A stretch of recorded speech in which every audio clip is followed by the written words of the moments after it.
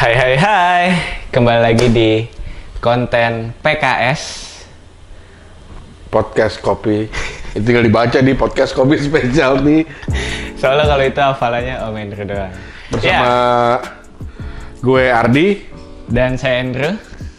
Hari ini kita akan membahas sesuatu yang sangat-sangat serius dan sangat teknis. Ini pembahasannya bakal kurang lebih 2 jam ya. 2 jam sih. Bentar, tapi kalau Ardi Om Andrew berarti Ardi yang banyak ditanya dong. Iyalah kan gue nggak ngerti, Di. Iya kali. Ya, hari ini kita topiknya apa sih, Di? Oke, jadi topik kali ini adalah temanya immersion. Buat ya diterjemahin dong, immersion itu apa? Jadi immersion itu adalah kalau lebih banyaknya copy random ya, copy random. Immersion itu adalah salah satu teknik menyeduh kopi dengan cara direndam di By clean. Oh enggak ya? Enggak. Jadi temanya ini simpel banget. Jadi ini adalah teknik penyeduhan kopi rendam yang dimana kalau perjalanannya ya perjalanan hoti ya. Perjalanan. Jadi kopi rendam ini adalah pertama kali orang banyak minum kopinya ya berawal dari situ.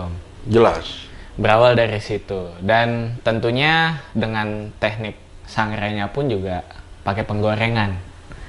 Kalau pakai pasir aku belum pernah nemuin sih. First wave ini ya? Iya. First wave Gitu. Jadi perjalanannya itu dari yang dimana kopi tubruk hingga sampai udah teknik modern. Nah, Om Andrew sendiri tuh sebenarnya pernah mencoba dari awal perjalanannya sampai yang sekarang udah modern banget, sampai yang udah wah luar biasa ya. Luar biasa. Itu Om Andrew udah pernah nyicipin semuanya? Pernah? Pasti pernah lah. Nggak mungkin nggak pernah. Pernah lah. Pernah. Siapa yang tidak pernah?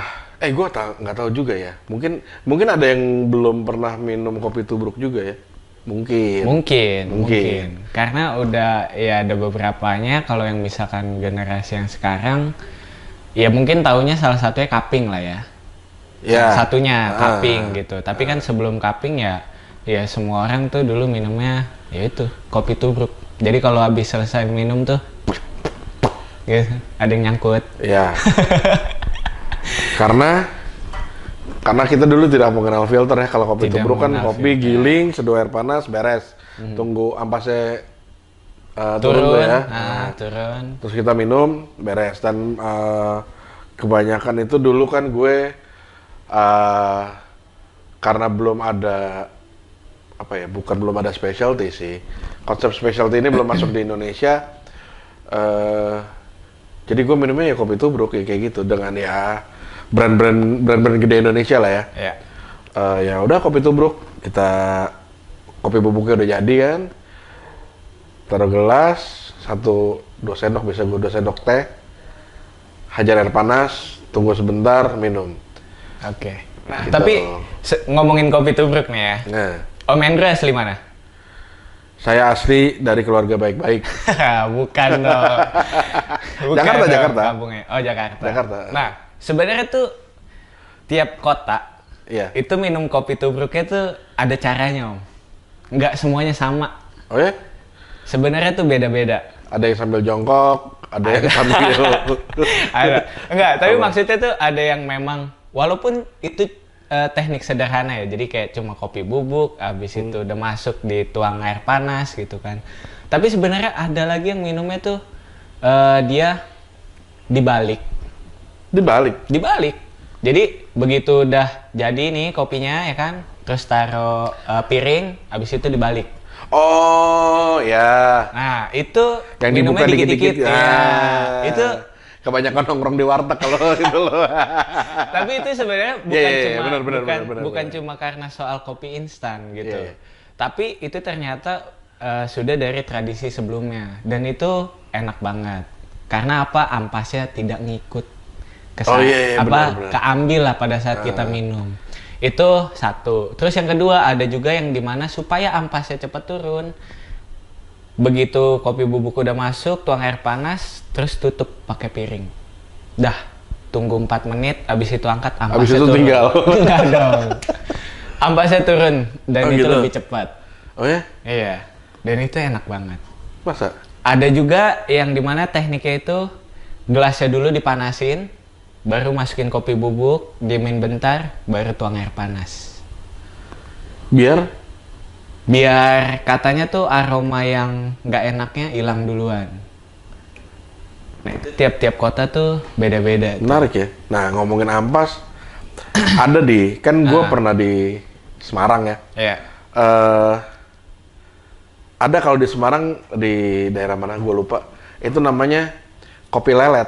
Kopi lelet. Iya. Yeah. Apa tuh? Kalau kopi yang lelet? orang perokok tuh pasti tahu kopi lelet. Jadi kita ke warung kopi gitu ya, ngerokok gitu. Nah, ampas kopinya itu diapain ya? Diolesin ke rokok. Oh iya, pernah tuh. Itu kopi lelet. Orang tua Ardi juga kadang dulu pernah kayak gitu Nah, tuh. iya. Sampai anak muda juga seringnya pakai susu biasanya tuh diolesin, tapi rokoknya beda. Oh iya, gue baru mau ngomong. Iya. Terus Iya, ada, pernah. ada juga yang emang full apa ya? Ini konsep orang tuh udah pada ngeh pasti. Tapi ini totalitas immersion, yaitu kopi jos sampai arang-arangnya direndam. Iya. Tapi itu Ardi selama ke Jogja belum pernah nyobain sih. Tapi mungkin nextnya kalau ke Jogja pengen nyobain. Gue udah. Itu gimana Om? Panas banget sih gelasnya. Megangnya susah ya? Iya. Jadi emang kadang minum pakai sendok gitu? Enggak, ditunggu aja Oh, gitu, ditunggu aja. Sabar. Tapi ya memang bisa apa ya? Ya panasnya lebih awet lah ya, cuma kayak ya gitu deh. Ya gue nggak tahu sih, waktu itu gue juga cuma nyoba sekali gitu kan. Ya penasaran aja. Sangat penasaran. Nah, itu sebenarnya tuh kayak kopi tubruk kayaknya nyeduhnya aja tuh udah unik-unik ya. Dan itu Iya, juga benar, kadang benar. hasil rasa itu juga bisa beda gitu dengan ya, cara tergantung penyajian itu kayak kan gitu. balik lagi ke ada faktor budaya dan itu udah jadi kearifan lokal kan udah pasti begitu gitu loh. Iya. Ya kan? Betul. Menarik juga tuh. Nah, dari situ kan akhirnya masuk ke industri nih Om. Iya. Yang dimana akhirnya minum kopi tubruk udah nggak usah takut lagi dengan ampas gitu kan. Akhirnya adalah keluar French press. Atau mungkin kalau orang dulu ya tetapnya disaring tapi pakai saringan kain kan. Oh iya. Gitu, pakai saringan kain. Pakai saringan kain itu berarti evolusinya ke kopi tarik kan. Kopi tarik, Ya kan? betul. Yang kayak Asyang dan Kongji yang kayak gitu-gitu kan, yang main kayak gitu kan. Ya, itu menghindari ampas. Menghindari ampas. Ya, Nah, ya. akhirnya kan kalau di industri yang udah mulai berkembang, jadinya pakai French press. Dan Om sendiri dulu pernah sering pakai French press nggak? Enggak, Jarang lah. enggak. Gue nggak tahu ya. Mendingan kopi tubruk aja langsung gitu loh. Oh, daripada pakai French press. Kenapa? Nggak apa-apa sih, kayak kurang. Tapi kalau misal kayak dulu tuh sebenarnya kayak pakai pakai French press gitu, itu aja kan sebenarnya pernah ngetren waktu Seno pernah pakai lomba juga kan, gitu akhirnya sempat booming lagi tuh French press. Oh ternyata pakai French press kayak gini gitu. Cuman memang kurangnya pakai French press ya kadang bubuk yang paling halusnya itu nggak bisa kesaring. Nah maksud gue gitu tetap ada aja kan. Iya tetap gitu. ada. Jadi kadang minum juga keset gitu, kotor. Powdery. Kalau orang zaman sekarang namanya powdery. Gitu. Nah itu dari French press aja kan ternyata mulai berubah lagi, bukan berubah ya, istilahnya ada perbaikan lagi, yaitu pakai clever gitu, dripper pintar. Ya, dripper andalan gue tuh. Oh ya? Kenapa? Hah? Kenapa? Gampang. Oh gampang. Gampang. Nah, Karena drippernya udah pinter. Udah pinter. Yang nyeduh nggak perlu pinter. Yang nyeduh belum tentu. Nah itu kayak tagline-nya TTM tuh, anjir. Kopinya enak, yang nyeduh belum tentu. Iya. Itu yang dimana akhirnya kan semua jadinya terjawab. Kalau mau kopi tubruk enak, ya udah ini aja, nggak ada ampas, clean gitu, clever. Iya. Kalau French press juga sebenarnya bisa, tapi kan kerja 2 kali. Harus saring lagi pakai paper filter. Gitu. Terus? Nah, sampai yang sekarang kan udah mulai ngetrennya lagi di Hario Switch gitu. Tapi Clever itu orang banyak sempat lupa. Sebenarnya bukan sempat lupa. Ditinggalkan metode immersion itu sampai pada tahun 2019 dan 2020. Dan ngetrennya di 2020. Ditinggalkan. Jarang banyak yang pakai. Kenapa? Entahlah. Karena mungkin di situ banyak yang dimana, wah lagi industri specialty mulai masuk, jadi nyeduhnya paling lagi gokil ya. Lagi itu gokil. Alat banyak banget ya waktu itu keluar ya. Jadi nyeduhnya paling enak udah V60-an aja atau Cemex aja. Iya, V60 aja ada dua kan, ada yang biasa, ada yang Tetsu, terus macam-macam ya dulu ya alatnya. Macam-macam. Keluarnya. Ada yang memang diserap sama industri, ada yang emang kurang gitu kan. Nah, terus di situ ternyata di tahun 2020, kalau misalkan teman-teman pada ngeliatin fase perlombaannya di Brewers, itu dimana menurut Ardi adalah sebuah perjalanan kopi immersion itu ada, atau cara teknik immersion itu dibuat. Ya gue 2019-2020 tuh gue misi, gue nggak ngikutin kopi, gue cuti gitu kan. Iya. Nah itu kayak misal Harrison dia pakai teknik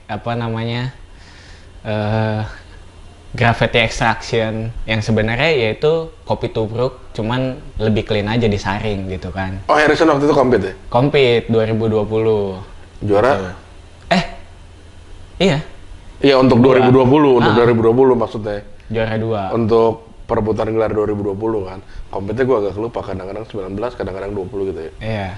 Nah itu di 2020. Harrison juara 2 pakai gravity extraction. Nah itu akhirnya kan kayak semua orang yang tadinya, wah anjir, cuman kayak gitu doang nih gitu kan, caranya simple tapi ternyata hasil rasanya enak. Nah itu yang istilahnya kayak salah satu cara pengolahan.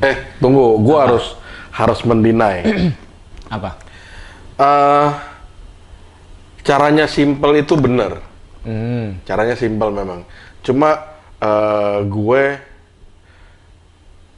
sebagai juri nih ya, gue sebagai juri gitu tidak boleh kita menilai bahwa immersion doang, cuma kayak gitu caranya, itu nggak bisa, itu nggak bisa, nggak boleh, karena bagaimanapun juga immersion itu adalah salah satu teknik manual gitu loh, yang memang ya paling tua lah ya. Iya, paling tua gitu loh. Jadi ya gue sebagai juri tuh emang gue selalu waktu itu rep gue bilangin, Josu bilang tuh kayak sesimpel apapun teknik, ya itu teknik dia. Lu nggak bisa bilang, oh tekniknya terlalu simpel ya kayak gini, itu nggak boleh gitu loh. Karena toh dia juga ngulik kan, ngulik resep, ngulik ini, ngulik itu gitu loh.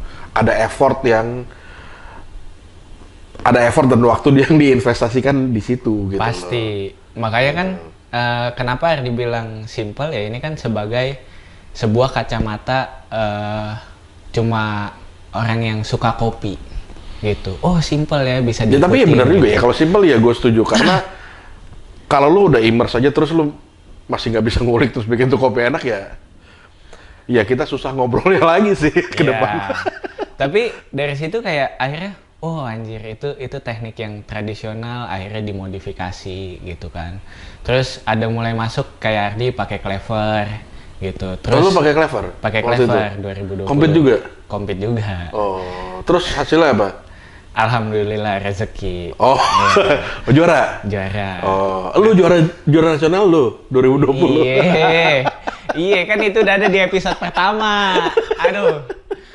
Nah terus. Clever ya? Clever. Terus adalah alat yang pas untuk brewers yang ada alat yang pintar untuk brewer yang tidak pintar. Belum tentu. Belum tentu. Habis itu ada Hario Switch gitu kan. Switch juga menarik. Jadi pas di situ tuh perangnya ya memang yang kayak wah anjir, ini hampir semuanya immersion gitu. Jadi kayak perjalanan lah, itu kayak lini masa kali ya, sebutannya lini masa gitu. Jadi di tahun 2020 tuh lomba lini masa lah kalau menurut Ardi. Boleh gitu. ngopi gak? Boleh dong, silakan. Ini kopinya apa nih? Ini kopinya Esmeralda Geisha Fudador Wash. Kalau di Bin Gesem ini selalu no can ya, kopinya nggak kaleng-kaleng. No can. Nah, dari awal ya tadi, tapi ada satu hal sih kayak kita immerse itu kan emang tua ya. Terus jangan lupa immerse itu juga selalu dipakai untuk QC, jadi di cupping. Iya. Ya betul, kan? Betul. Untuk QC di roastery gitu kan kita selalu pakai cupping gitu kan. Metodenya ya pasti cupping. Kenapa? Karena buat gue itu paling jujur sih. Iya. Ya kan? Terus sampai evolusi metode immerse ini ya luar biasa sih. Ya, itu memang sangat luar biasa.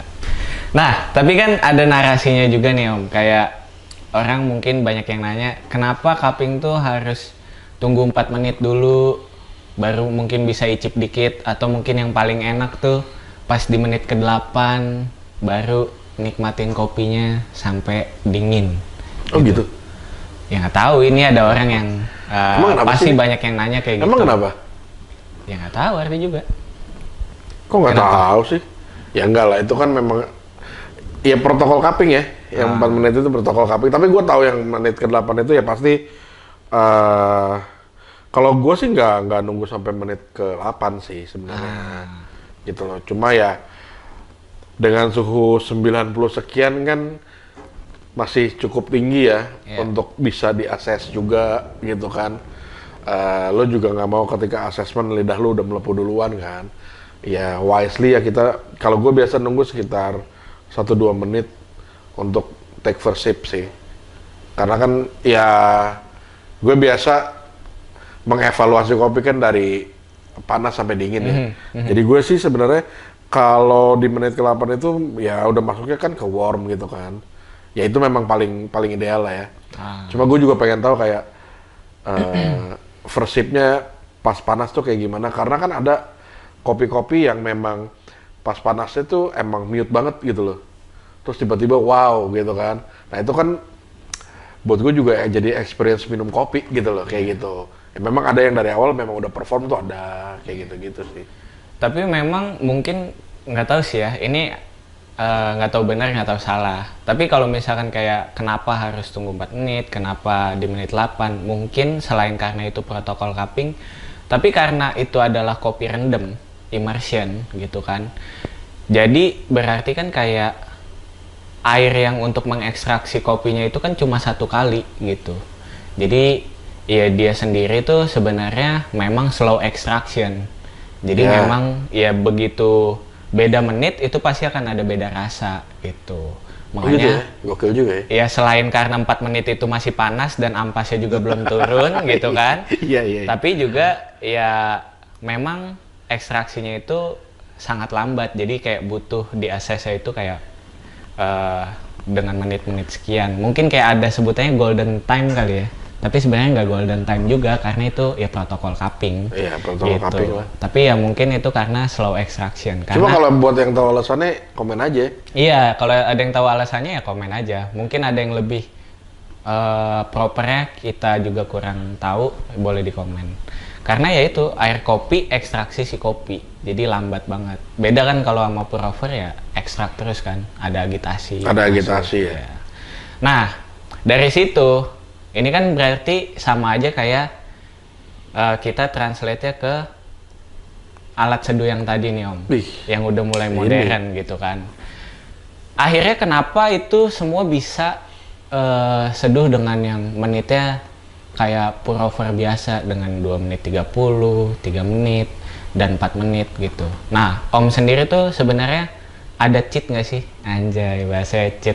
Cheat yang dimana memang ini kayaknya cuma gua doang yang lakuin ini, atau mungkin ya ada beberapa orang, tapi ya Om tahulah salahnya untuk nyeduh si immersion tersebut bisa jadi enak.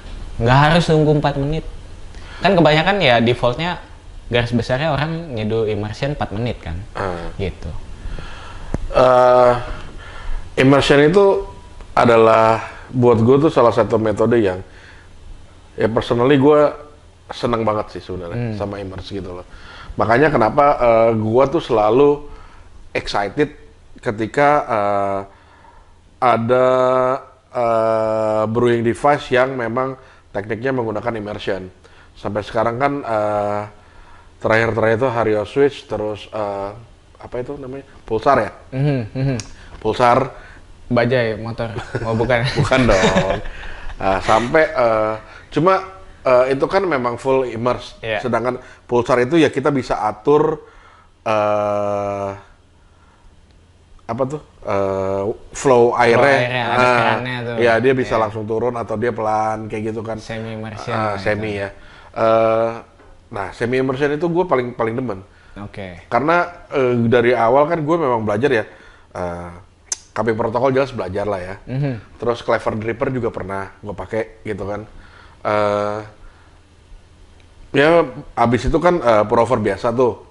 Nah gue itu mulai merasa yang wah ini gokil nih, itu December Dripper. Oh, yang ada 4 lubang ya, itu kan dikali kayak 4. Nah itu semi immersion kan, lu bisa total immersion, bisa juga di combine. Sampai yang terakhir gua mau beli, cuma masih mahal banget yang keluaran S-Work Design. Nah itu juga kan mirip-mirip kayak gitu. Gua sih sebenarnya nggak punya cheat atau apa, cuma yang pernah gue pakai di Desember atau Hario Switch gitu. Biasa itu gue akan menggunakan teknik immerse itu di 1,5 menit pertama. Oke. Di 1,5 menit pertama. Abis itu gue combine dengan pour-over gitu loh. Karena December Dripper itu flow airnya bisa diatur, bisa lebih lambat, jadi ya dia setelah 1,5 menit baru ekstraksinya akan gua naikin tuh dengan perkolasi gitu loh. Nah kalau Hario Switch kan biasa buka tutup lah ya. Mainnya buka tutup kayak gitu aja gitu loh. Ya nggak ada sih, tapi gue senang aja ketika 1,5 menit, mungkin 2 menit pertama tuh main immerse gitu loh. Direndam aja dulu, santai gitu loh. Baru abis itu ya terserah deh mau diapain. Kalau memang alatnya bisa pakai pour-over ya silakan gitu loh. Tapi kan kalau yang memang full immerse agak-agak ribet juga tuh di situ. Memang apa ya, kelihatannya wah gue nggak bisa ngapa-ngapain lagi nih gitu loh. Cuma ya buat gue immerse itu ya very honest ya. Itu kan kelebihannya ya. Dibanding pour-over itu immerse itu very honest ya. Jujur ya kopinya seperti itu gitu loh. Ketika lu terlalu over extract atau under extract ya lu tinggal ngurusin grind size aja, beres. Beda dengan alat-alat pour-over yang memang butuh konsistensi dalam lu dalam pouring gitu kan. Itu kan juga yang bikin mungkin kok gue bikin kadang-kadang enak, kadang-kadang kurang atau kayak gimana. Kalau buat yang baru-baru belajar kan pasti kayak gitu kan. Ya itu sih immerse itu ya udah pasti rata-rata enak lah. Tapi gue biasa kalau pakai immerse itu gue malah senengnya yang memang lama nyeduhnya gitu loh. Jadi kita bisa ngakalin di mana lu nge-stretch itu kopi sampai base extraction sebelum over gitu loh.